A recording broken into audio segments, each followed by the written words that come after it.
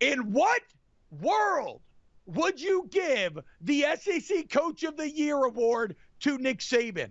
I feel as if I am taking crazy pills. Do we give it to someone for underachieving? Do we give it to someone for forgetting how to develop talent? Like, we have Eli Drinkwitz out there. We have Eli Drinkwitz about to go 10-2 with an awful roster at a school like Mizzou that never gets there. I mean, I get it. You're going to tell me, oh, this is one of the most inferior teams that Nick Saban's ever coached. Okay. It's inferior. Okay. Have you ever heard of blue chip ratio, Chris? I'm sure you have, right? It's a percentage of 4 and 5 stars that you have on your team at any given time. Okay, let's just look up blue chip ratio 2023 post transfers. Who leads the country with 88% of the roster being 4 and 5 stars? The Alabama Crimson Tide. Who's second? Ohio State at 81%. Then Georgia at 77%. So it's not even close. You're going to tell me this one of Nick Saban's most inferior teams when it's literally the most blue chip roster he's ever amassed in his life? You're going to tell me that a Nick Saban team that's 9-1 is more deserving than a Mizzou team that's going to go 10-2 when Nick Saban on this roster alone has 18 5 stars, guys, 56 4 stars. Mizzou has signed 5 stars in the modern era. In the whole entire modern era, they've signed 5.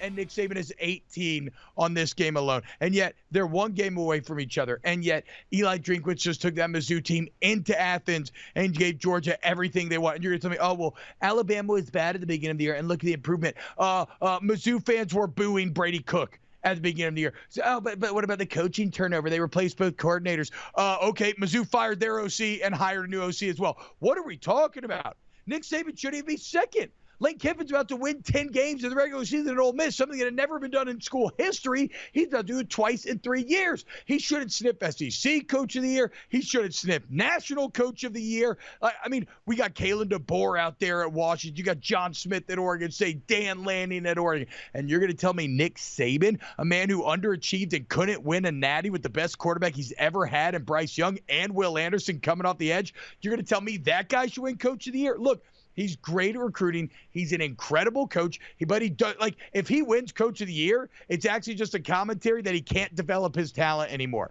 Because you know when football gets easy?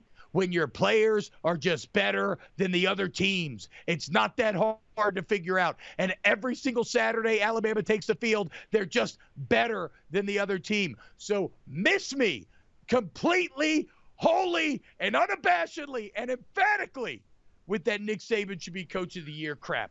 Get out of here. It infuriates me.